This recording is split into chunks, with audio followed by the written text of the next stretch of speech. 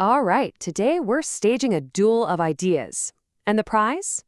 It's the answer to a single question that pretty much underpins all of politics.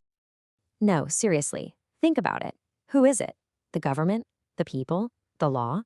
This one simple sounding question gets us right to the heart of a huge concept: sovereignty. Okay, I know that definition sounds pretty intense. Supreme, absolute, and unlimited. But basically, it's just saying that within any country, there has to be one final, the buck stops here authority that doesn't answer to anyone else. So, before we jump into the main event, let's just quickly nail down this core concept. Yep, that's it in a nutshell. When all is said and done, it all comes down to who gets the final say.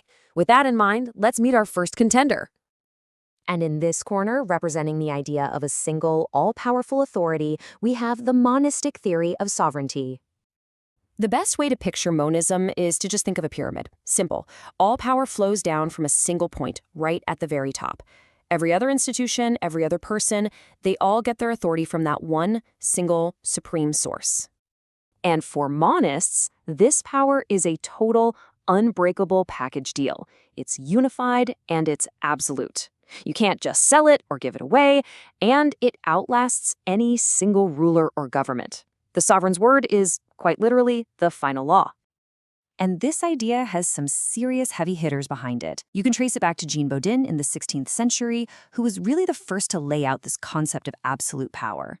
Then, of course, there's Thomas Hobbes, who famously argued that to avoid total chaos, people have to hand over their rights to one all-powerful ruler, the Leviathan. And later on, John Austin kind of sharpens the idea, saying this supreme power rests with whatever body makes the laws. But as you can imagine, not everyone agreed. Rising up to challenge this whole idea of absolute power is our second contender, the pluralistic theory. So if monism is a pyramid, then pluralism is a network, like a web. There's no single point at the top. Instead, power is distributed and shared among a whole bunch of different nodes, all these different groups and associations that make up society.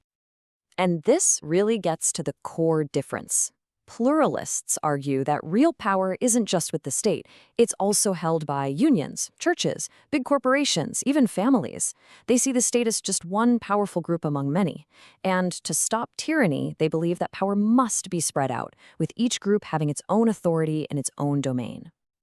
Now, the thinkers behind this theory, people like Harold Laski and G.D.H. Cole, were really pushing back against the idea of an all-powerful state. They looked at the world and saw that people's loyalties and lives were shaped by lots of organizations, not just the government. They argued that these groups deserve their own independent authority.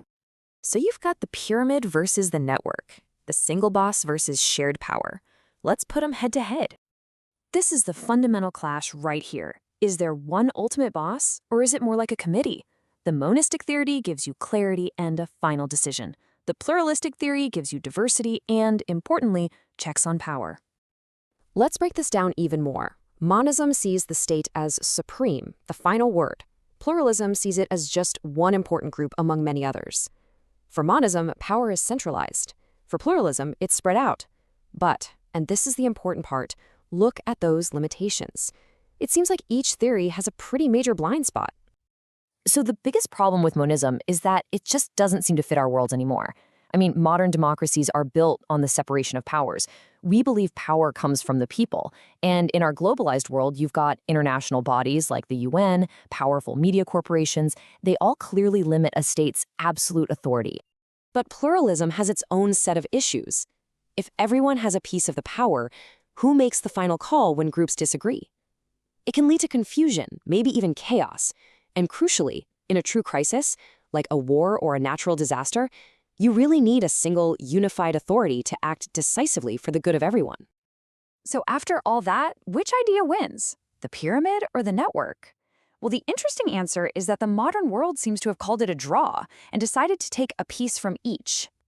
The reality is that neither extreme works perfectly on its own. A modern state needs a final legal authority to maintain order. That's the monist side. But it also has to acknowledge the very real power of all the other groups, both inside and outside its borders. And that's the pluralist reality. And this is the balance that modern states are constantly trying to strike.